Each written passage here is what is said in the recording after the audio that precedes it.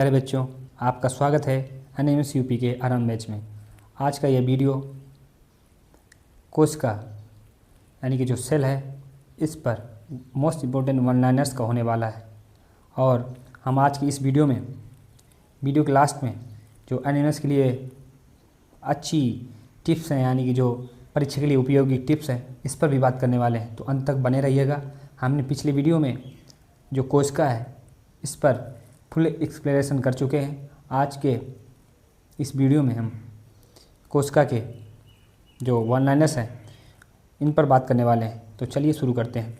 बात करें जो कोशिका है यानी कि सेल है, ये जीवन की संरचनात्मक एवं क्रियात्मक इकाई है। याद रखना क्या है जो आपके कक्षा 8 के लिए उपयोगी रहेगा। जीवन की संरचनात्मक एवं क्रियात्मक इकाई है। बात करें जो रॉबर्ट हुक हैं, इन्होंने 1665 में कॉर्क जो होता है, जो बोतल में पाए जाने वाला कॉर्क है, जैसे आप बियर की बोतलों में जो वो प्लास्टिक का लगा हुआ होता है, भरा होता है, वो कहते हैं उस कॉर्क। इस कॉर्क पर देखा गया कि क्या होती हैं, कोशिकाएं पाई जाती हैं। सेल शब्द का प्रयोग किया था किसने? रॉबर्ट हुक ने 1665 ईस्वी में। याद रखना ये परीक्षा के लिए बहुत ही उपयोगी है क्योंकि एनएमएस को बार बार ये सवाल पूछा गया है। बात करें सिचुलियम यानी कि 1838 ने बताया कि पौधे कोशिकाओं से बने हैं। वहीं बात करें सचवान की जो 1839 ने बताया कि जंतु कोशिकाओं से बना है, बताया कि जो जंतु कोशिकाओं से बने हैं, जंतु हैं जो कोशिकाओं से बने हैं। बात करें विर्चो ने कहा कि जो ओमिनस सेलुला इसुला यानी कि कोशिका से ही कोशिका बनती है। इन्होंने कहा ओमिनस सेलुला इसुला, ये किसका शब्द है? विर्चो का। ये इसका अर्थ क्या है? कोशिका ही से ही कोशिका बनती है। बात करें नेक्स्ट की कोशिका सिद्धांत है जो कोशिका सिद्धांत दिए ये तीनों वैज्ञानिकों ने मिलकर दिए। बात करें सबसे छोटी कोशिका माइक्रोप्लाज्मा की है जिसका रेडियस क्या है? 0.1 माइक्रोमीटर। ये क्या है? जीवाणु है। वहीं बात करें सबसे बड़ी कोशिका की तो ये क्या है? शुतुरमुर्ग का अंडा है। याद रखना सबसे छोटी क्या है? माइक्रोप्लाज्मा, और सबसे बड़ी क्या है? शुतुरमुर्ग का अंडा। वहीं बात करें सबसे लंबी कोशिका की तो यह क्या है? तंत्रिका कोशिका यानी कि जो न्यूरॉन है, यानी कि जो हमारा तंत्रिका तंत्र है इस पर जो कोशिकाएं पाई जाती हैं वो क्या आती हैं? सबसे लंबी पाई जाती हैं। बात करें वहीं प्रोकैरियोटिक की कोशिकाओं की, इनमें क्या होता है? केंद्रक नहीं पाया जाता, जैसे जीवाणु, नीलहरित शैवाल। वहीं बात करें यूकैरियोटिक की, हमने यूकैरियोटिक जिनमें केंद्रक पाया जाता है, जैसे हम मनुष्य, जीव जंतु, कवक में भी क्या होता है? यूकैरियोटिक प्रकार की कोशिकाएँ पाई जाती हैं।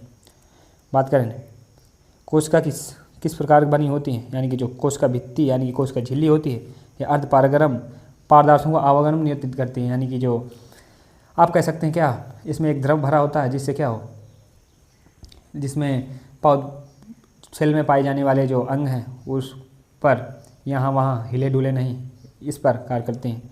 और ये जो द्रव है, कचाप द्रव है, क्या करता है? यहाँ वहाँ यानी कि आदान प्रदान कर सकता है। यानी कि कह सकते हैं आप कोशिका भित्ति है जो केवल पादप कोशिका में सेलुलोज से बनी होती है, ये कठोर होती है। यानी कोशिका भित्ति काम क्या होता है? बाहर से जो आक्रमण होते हैं यानी कि जो बाहरी चीज़ों से क्या करती है? सुरक्षा प्रदान करती है कोशिका भित्ति, सेल वॉल। वहीं बात करें केंद्रक की, केंद्रक क्या है? केंद्रक कोशिका का नियंत्रक केंद्र है, यानी कि इसमें डीएनए यहाँ होता है। यानी कि जो हमारे कह सकते हैं क्या, हमारे जो तेईस जोड़ी क्या पाए जाते हैं बात करें वही माइटोकॉन्ड्रिया की, इसे कहते हैं एटीपी का ऊर्जा उत्पन्न करता है, इसलिए इसे कहते हैं क्या? पावर हाउस ऑफ सेल, यानी कि कोशिका का पावर हाउस कहते हैं। वहीं बात करें क्लोरोप्लास्ट की, ये जो प्रकाश संश्लेषण करता है केवल पादप कोशिकाओं में पाया जाता है। वहीं बात करें रिक्तिका की तो रिक्तिका क्या होती है? पादप कोशिका में क्या पाई जाती है? बड़ी पाई जाती है और एक पाई जाती है। वहीं जंतु कोशिका में क्या पाई जाती है? छोटी छोटी पाई जाती हैं और बहुत सारी पाई जाती हैं, कई पाई जाती हैं। वहीं बात करें राइबोसोम्स की, जो प्रोटीन संश्लेषण में कार्य करता है, इसे कह सकते हैं आप प्रोटीन फैक्ट्री है। ये कौन? राइबोसोम। अंतर्द्रव्यी जालिका यानी कि जो ईआर है ये पदार्थों का परिवहन करती है। वहीं बात करें गोल्जी का यानी गोल्जी बॉडी की, तो जो पदार्थों को पैकेजिंग और स्राव का प्रयोग करता है, जो पदार्थों की पैकेजिंग करता है।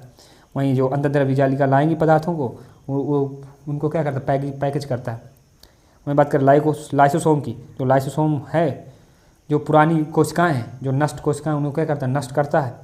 इसे कह सकते हैं सुसाइड बैग, यानी कि जो मरी हुई कोशिकाओं को क्या करता है? एकत्रित करता है। वहीं बात करें सेंट्रियोल, जो सेंट्रियोल होता है केवल जंतु कोशिका में पाया जाता है। ये क्या करता है? कोशिका विभाजन में सहायक है। यानी कि कोशिका विभाजित होती है जब इस पर क्या करता है, मदद करता है। वहीं बात करें साइटोप्लाज्म, यानी कि जो कोशिकाओं का आधार होता है वो तरल पदार्थ को क्या कहते हैं, साइटोप्लाज्म। वहीं बात करें नेक्स्ट कि जो पादप कोशिकाओं में कोशिका भित्ति पाई जाती है, जंतु में नहीं पाई जाती। यानी कि जो पादप कोशिका और जंतु कोशिका में अंतर की बात करें तो पादप कोशिका में कोशिका भित्ति पाई जाती है, वहीं जंतु कोशिका में पादप क्या पाई जाती है, कोशिका भित्ति नहीं पाई जाती। वहीं बात करें पादप कोशिका में क्लोरोप्लास्ट होता है, जंतु में नहीं होता, क्योंकि पादप कोशिका क्या होती है, प्रकाश संश्लेषण करती हैं, इसलिए क्या पता है क्लोरोप्लास्ट, इसका कार्य क्या होता है, प्रकाश संश्लेषण करना। वहीं बात करें पादप कोशिका में बड़ी केंद्रिका रिक्तिका पाई जाती है, और वहीं जंतु कोशिका में क्या होता है, छोटी छोटी पाई जाती है और कई सारी पाई जाती हैं। जंतु कोशिका में सेंट्रियोल पाया जाता है, होता है, पादप में नहीं, क्योंकि सेंट्रियोल का काम क्या होता है, कोशिका का विभाजन करना। ये क्या पाया जाता है, सेंट्रियोल जंतु कोशिका में पाया जाता है, वहीं पादप कोशिका में नहीं पाया जाता। वहीं बात करें जंतु कोशिका में लाइसोसोम होता है, जो पादप में कम पाया जाता है, कभी कभी अनुपस्थित भी हो सकता है। वहीं जंतु कोशिका में लाइसोसोम क्या होता है, पाया जाता है। बात करें वहीं पादप कोशिका जो प्रायः आयताकार होती हैं, और वहीं जंतु कोशिका क्या होती हैं, गोल होती हैं और अनियमित होती हैं, कह सकते हैं आप, क्योंकि कोशिका भित्ति नहीं पाई जाती, तो जिससे क्या होता है, कोशिका का आकार निश्चित नहीं होता, जिससे क्या होती है, अनियमित हो जाती हैं। वहीं बात करें दोनों में माइटोकॉन्ड्रिया होता है, यानी कि जो पादप कोशिका और जो हमारा क्या है, जंतु कोशिका, दोनों में क्या पाया जाता है, क्या पाया जाता है, माइटोकॉन्ड्रिया पाया जाता है, क्योंकि माइटो को क्या कहते हैं, powerhouse of cell, cell का पावर हाउस, ऊर्जा ग्रह। और बात करें नेक्स्ट पादप कोशिका की ऊर्जा सूर्य का प्रकाश है, वहीं जंतु को क्या है, कार्बनिक भोजन है। वहीं बात करें पादप है, जो पादप हैं ये स्वपोषी होते हैं, वहीं जंतु क्या होते हैं, परपोषी होते हैं, यानी कि जो दूसरों पर क्या होते हैं, आश्रित होते हैं। बात करें वहीं ऊतक की, ऊतक क्या है, ऊतक एक समान उत्पत्ति, यानी कि जो समान कार्य करने वाली कोशिकाओं से मिलकर बना होता है। एक टिश्यू का शब्द किसने प्रयोग किया था, बीचट ने, हमने कल भी पिछली वीडियो में बात की थी, यानी कि कल वाली वीडियो में बात की थी, टिश्यू का प्रयोग किसने किया था, बीचट ने। वहीं बात करें समान प्रकार की कोशिकाएं ऊतक का निर्माण करती हैं, ऊतक मिलकर अंग का, अंग मिलकर अंगतंत्र का, और अंगतंत्र मिलकर क्या बनते हैं, एक जीव बना देते हैं। वहीं बात करें जंतु प्रकार की, जंतु ऊतक के 4 प्रकार के होते हैं। उपकला ऊतक जो हमारी कह सकते हैं बाहरी चमड़ी होती है, संयोजी ऊतक यानी कि इनका कार्य होता है क्या, 2 चीज़ों को जोड़ना, यानी कि हड्डियों को जोड़ना, ये जहाँ जुड़ी हुई हड्डियाँ पाई जाती हैं, यानी कि जहाँ हड्डियों का जोड़ होता है वहाँ क्या पाया जाता है, संयोजी ऊतक पाया जाता है। वहीं बात करें पेशी ऊतक की, जैसे पेशी ऊतक कार्य कर सकते हैं कि आप जैसे आप पैर हाथ हिला रहे हैं, इसमें सहायता करता है। वही बात करें तंत्रिका ऊतक की, जो हमारा तंत्रिका ऊतक है, यानी कि जो न्यूरॉन है, तो इसका कार्य होता है, कह सकते हैं आप, संदेशों को ले जाना। वहीं बात करें उपकला ऊतक, यानी कि इपिथीलियम, जो शरीर को सतह को ढकना है या रक्षा प्रदान करता है, हमने बात की। वहीं बात करें पादप ऊतक, यानी कि जो पौधों में पाए जाने वाले ऊतक है, विभाज्य ऊतक, जो कोशिका विभाजन में कार्य करता है, वृद्धि का केंद्र भी कहते हैं इसे। वहीं बात करें त्वचीय ऊतक, यानी कि जो पौधों से क्या करता है, बाहरी सुरक्षा प्रदान करता है, पौधों को बाहरी सुरक्षा प्रदान करता है। वहीं बात करें क्या, जो जाइलम है, वो जाइलम को क्या है, जल का परिवहन करता है, यानी कि जल को क्या करता है, जड़ से पूरे पौधे तक ले जाता है। वहीं बात करें फ्लोएम की, फ्लोएम क्या है, जो पत्तियों ने बनाया भोजन है वो पूरे पौधे को क्या करता है, पहुँचाता है। वहीं बात करें मृदु ऊतक, ये पदार्थ संश्लेषण और खाद्य का संग्रहण करते हैं, यानी कि जो खाना को क्या करते हैं, इकट्ठा कर रखते हैं, मृदु ऊतक। वहीं बात करें तंत्रिका तंत्र, यानी कि जो हमारा नर्वस सिस्टम की बात करें, यानी कि जो तंत्रिका तंत्र शरीर के अंगों में सामान्य, यानी कि कोऑर्डिनेशन स्थापित करता है, कि कब यहाँ हाथ हिलाना है, कब वहाँ जाना है, कौन सी चीज़ गर्म है, कौन सी चीज़ ठंडी है, छूने से क्या रिएक्शन होता है हमारा, इन सब पर नियंत्रण कौन करता है, तंत्रिका तंत्र हमारा। वहीं बात करें केंद्रीय तंत्रिका तंत्र, यानी कि सेंट्रिकल नर्वस सिस्टम, इसमें क्या 2 अंग पाए जाते हैं, यानी कि ब्रेन और मेडुलज्जू, यानी कि जो आपकी रीढ़ की हड्डी है और आपका जो दिमाग है। वहीं बात करें परिधि तंत्रिका तंत्र, यानी कि पेरिफेरल नर्वस सिस्टम, ये क्या सभी नसों में सीएनएस से जुड़ी होती हैं, जो आप कह सकते हैं जो पीएनएस प्रकार का तंत्रिका तंत्र है, यानी कि जो परिधि तंत्रिका तंत्र है, इसमें सिर्फ नसें यानी कि तंत्रिकाएँ पाई जाती हैं। वहीं बात करें मस्तिष्क के 3 भाग होते हैं, 3 भाग होते हैं, जिस कह सकते हैं आप अग्र मस्तिष्क, पश्च मस्तिष्क और मध्य मस्तिष्क, और इनमें भी कई भाग हो सकते हैं, जैसे सेरेब्रम और आप कई सारे भाग हो सकते हैं।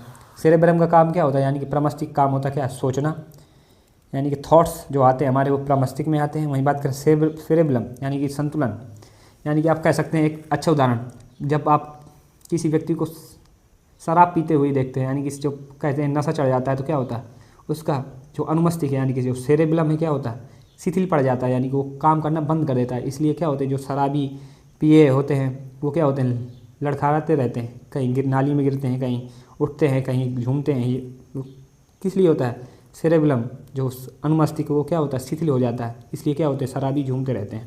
वहीं बात करें न्यूरॉन की, न्यूरॉन क्या है, तंत्र का तंत्र की इकाई है। हमने बात की थी कल कि जो न्यूरॉन है वो मस्तिष्क यानी कि दो दिमाग की सबसे छोटी इकाई है, और हमारी जो किडनी में पाए जाते नेफ्रॉन है वो क्या है, किडनी की सबसे छोटी इकाई है। वहीं बात करें कोशिका, हमारी क्या है, सबसे मूलभूत इकाई यानी कि सबसे छोटी इकाई कोशिका है। न्यूट्रॉन जो संदेश प्राप्त करती है, और एक्सॉन है जो संदेश को भेजता है। ये सब मिलकर बनता है नर्वस सिस्टम हमारा। वहीं बात करें साइफनेस जो दो न्यूरॉन के बीच का जोड़ होता है। ये रासायनिक यानी कि केमिकल इंडक्शन है, यानी कि केमिकल संकेत है, यानी कि रासायनिक संकेत है। वहीं बात करें रिफ्लेक्शन एक्शन की, जो अनैच्छिक प्रतिक्रिया है, मेरुरज्जु से नियंत्रित करती है, यानी कि जो ऐच्छिक और अनैच्छिक क्रिया होती हैं वो क्या, मेरुरज्जु यानी कि आपकी रीढ़ की हड्डी से क्या होती है, नियंत्रित होती हैं। वहीं बात करें रिफ्लेक्स आर्क की, जो रिसेप्टर है, फिर स्पाइनल कॉर्ड में जाता है, फिर इफेक्टर, फिर रिस्पॉन्स आता है। कहीं आप कह सकते हैं कि जब भी कभी छुएंगे आप गर्म चीज़ को, फिर पहले क्या होता है, रिसेप्टर यानी कि रिसेप्ट होती है आपकी, एक्सेप्ट कर लेता है कि यह गर्म है। उसके बाद क्या करता है, स्पाइनल कॉर्ड यानी कि आपके कह सकते हैं रीढ़ की हड्डी में पहुंचता है कि आप ये गर्म है। उसके बाद इफेक्टर यानी कि सीधा दिमाग की ओर भेजा जाता है। फिर उसके बाद दिमाग रिस्पॉन्स करता है, यानी कि जब कुछ रिएक्ट करता है कि ये गर्म है तो तुरंत आप हाथ हटा लेते हैं। ये क्या है, ये एक प्रोसेस है। कैसे होता है, पहले रिसेप्टर यानी कि आप रिसेप्ट करता है, फिर उसके बाद रिसेप्टर है जो स्पाइनल कॉर्ड यानी कि रीढ़ की हड्डी में पहुँचाता है, फिर उसके बाद क्या इफेक्टर, इस इफेक्टर के बाद रिस्पॉन्स, दिमाग हमारा रिस्पॉन्स करता है। वहीं बात करें नी जर्क रिफ्लेक्स, जो तितली का सिकुड़ना है, ये रिफ्लेक्शन के उदाहरण है। क्या, रिफ्लेक्शन के उदाहरण है। जो माइथिलीन शीथ है, एक स्वान को आवरण देता है और तेज संदेश संचरण करने में उपयोगी होता है। वहीं बात करें अंतःस्रावी ग्रंथियाँ की, तो अंतःस्रावी ग्रंथियाँ होती हैं क्या, ये अंतःस्रावी ग्रंथियाँ होती हैं जो हार्मोन सीधे रक्त में स्रावित करती हैं, यानी कि सीधा आप कह सकते हैं जो हार्मोन्स बनाएंगी ग्रंथियाँ उसे क्या करती हैं, सीधा हमारे जो खून में स्रावित कर देती हैं, जिससे हमारा कुछ। बात करें पिट्यूटरी ग्लैंड, जो आपका मास्टर ग्लैंड है, यानी कि जो मस्तिष्क में पाई जाती है, ये सभी ग्रंथियों क्या करती है, नियंत्रित करती है। और इन्हें, और इसका कार्य हो सकता है क्या, पीयूष ग्रंथि का कार्य होता है, यानी कि पिट्यूटरी ग्लैंड का कार्य होता है वृद्धि में सहायक होती हैं। वहीं पर पिट्यूटरी हार्मोन जो जीएच वृद्धि का प्रयोग करता है, टीएचएस थायराइड का, और एडीएच है जो जल का संतुलन प्रयोग करता है। वहीं बात करें थायराइड ग्रंथि की, ये कहाँ पाई जाती है, गले में पाई जाती है। ये थायरॉक्सिन हार्मोन क्या करती है, स्रावित करती है। ये मेटाबॉलिज्म को नियंत्रित करता है। थायराइड के कार्य की बात करें तो क्या, मेटाबॉलिज्म को क्या करता है, नियंत्रित करता है। और ये थायरॉक्सिन हार्मोन क्या करता है, स्रावित करता है। थायराइड के लिए क्या करता है, आयोडीन की आवश्यकता होती है। कमी से क्या होता है, घेंघा रोग हो जाता है। आपने सुना होगा आयोडीन की कमी से क्या होता है, घेंघा रोग। और घेंघा रोग कहाँ होता है, गले में हमेशा होता है। वहीं बात करें अधिवृक्क ग्रंथि या जो एड्रिनल है, वो वृक्क के ऊपर पाई जाती है, यानी कि जो आपकी किडनी होती है वो ऊपर पाई जाती है। और एड्रिनल हार्मोन्स क्या करती है, स्रावित करती है।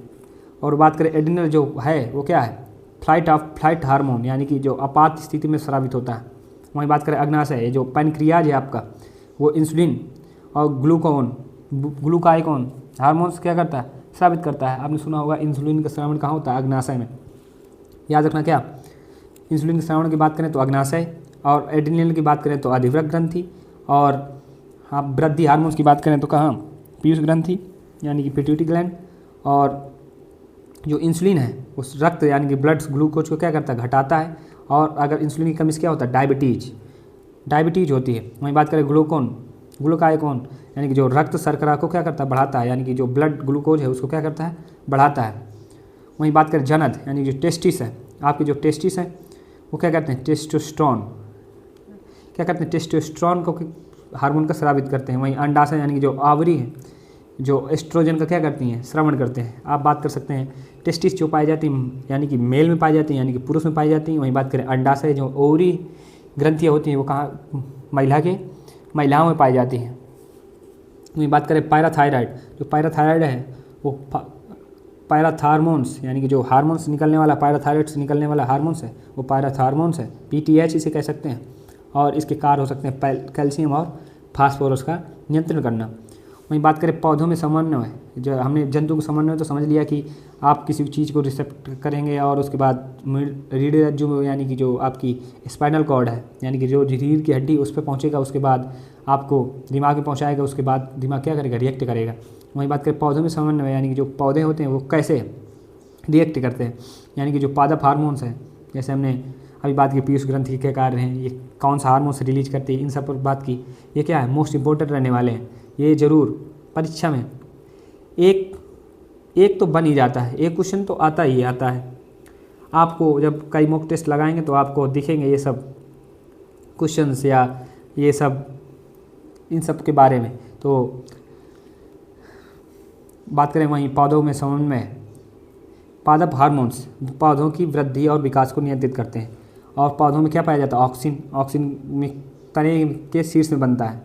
ये इसका कार्य होता है कोशिका का दीर्घीकरण करना, यानी कि कोशिका को क्या करता है, केवल कोशिका को क्या करता है, बढ़ाता है। वहीं बात करें ऑक्सीन की तो ये क्या करता है, पौधा जो प्रकाश की दिशा में झुकता है। वहीं बात करें जिब्रेलिन की, जिब्रेलिन क्या है, तने की लंबाई को बढ़ाता है। याद रखना क्या, तने की लंबाई को वृद्धि करता है, बीज का अंकुरण करने में सहायक है। कौन सा, जिब्रेलिन। वहीं बात करें ऑक्सीन क्या है, केवल कोशिका को बढ़ाता है, और जिब्रेलिन क्या है, तने को बढ़ाता है और जो आपका अंकुरित में सहायता प्रदान करता है।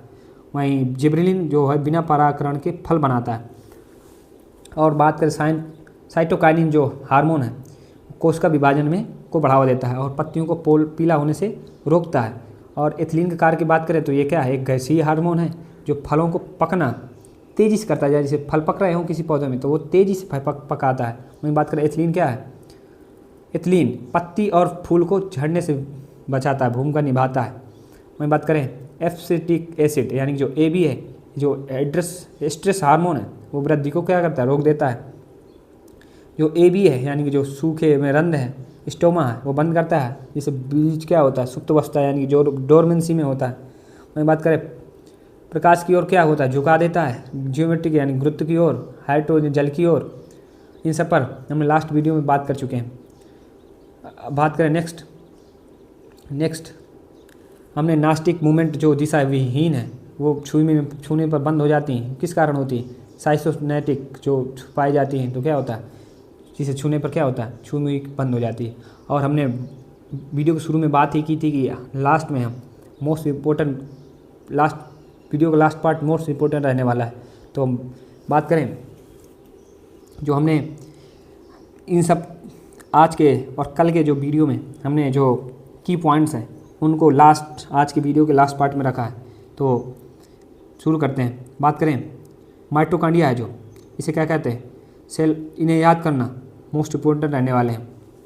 जो माइटोकॉन्ड्रिया है इसे पावर हाउस कहते हैं, जब ऊर्जा का यानी कि कोशिका का ऊर्जा गृह कहते हैं। ये ATP ऊर्जा का उत्पन्न करता है, जो ATP है बनाता है। वहीं बात करें क्लोरोप्लास्ट की, ये क्या है, किचन ऑफ सेल है, यानी कि जो प्रकाश संश्लेषण है। यानी किचन ऑफ सेल का मतलब समझिए कि जो खाना जो पादप कोशिकाओं में खाना आता है यानी उस पर क्या करता है, खाना बनाता है।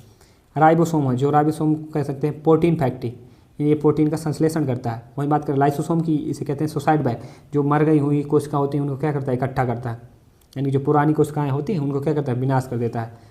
जैसे आप बात करें न्यूक्लियस यानी कि जो कंट्रोल रूम है, आपका जो केंद्रक है उसमें क्या पाया जाता है, DNA पाया जाता है। यहाँ कोशिका का नियंत्रण होता है, यानी कि जो पूरी कोशिका है उस सब का क्या करता है, नियंत्रण करता है। कौन, न्यूक्लियस यानी कि आपका केंद्रक। वहीं बात करें पिट्यूटरी ग्लैंड यानी कि आपके जो जंतु कोशिकाएँ हैं, जंतु कोशिका में आपके मस्तिष्क में पाई जाती है क्या, पिट्यूटरी ग्लैंड, यानी कि आपको यानी कि पीयूष ग्रंथि। इसका काम होता है, इसे आप कहते हैं क्या, मास्टर ग्लैंड।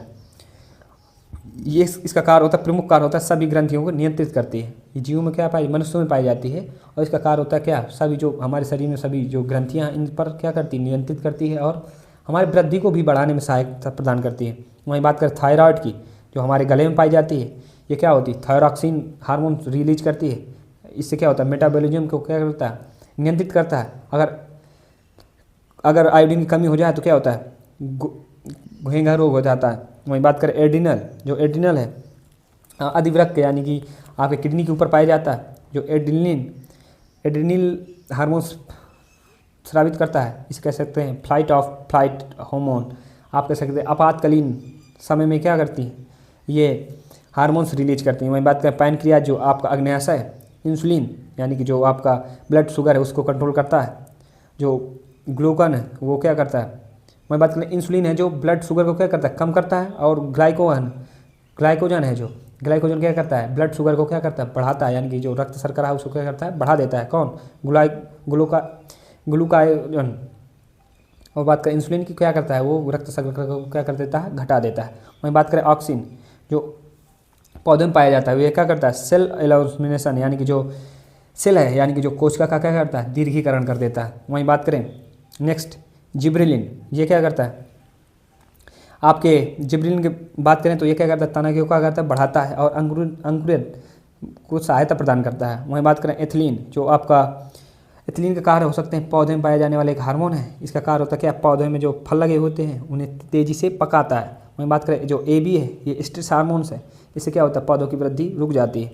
बात करें साइटोकाइनिन, जो साइटोकाइनिन का प्रमुख कार्य क्या है, सेल डिवीजन, यानी कि जो कोशिका का विभाजन करता है और पत्तियों को पीला होने से रोकता है। ये रहा क्या, ऑक्सिन, जिब्रेलिन, एथिलीन और ABA और साइटोकाइनिन, ये क्या है, पादप हार्मोन्स है। वहीं बात करें पिट्यूटरी, थायराइड, एड्रिनल, पैनक्रियाज और ये क्या है, सब जंतु हार्मोन है। ये रहे आपके, यहाँ से लगभग एक सवाल तो बनता ही है, तो इन्हें आप लिख सकते हैं और याद रखिएगा। और बात करें यहाँ कुछ टिप्स की कि आप और क्या याद कर सकते हैं। रॉबर्ट हुक जो है, उन्होंने सेल का नामकरण किया जो 1665 ईस्वी में, और इन्होंने सेल थ्योरी भी दी 3 वैज्ञानिकों ने। जो माइटोकॉन्ड्रिया वो पावर हाउस कहते हैं, जो क्लोरोप्लास्ट है वो किचन घर है ऑफ सेल है, हमने बात ही की ऊपर। इन सब पर हमने अच्छे से बात कर चुके हैं। तो आज की वीडियो में इतना ही, मिलते हैं नेक्स्ट वीडियो में।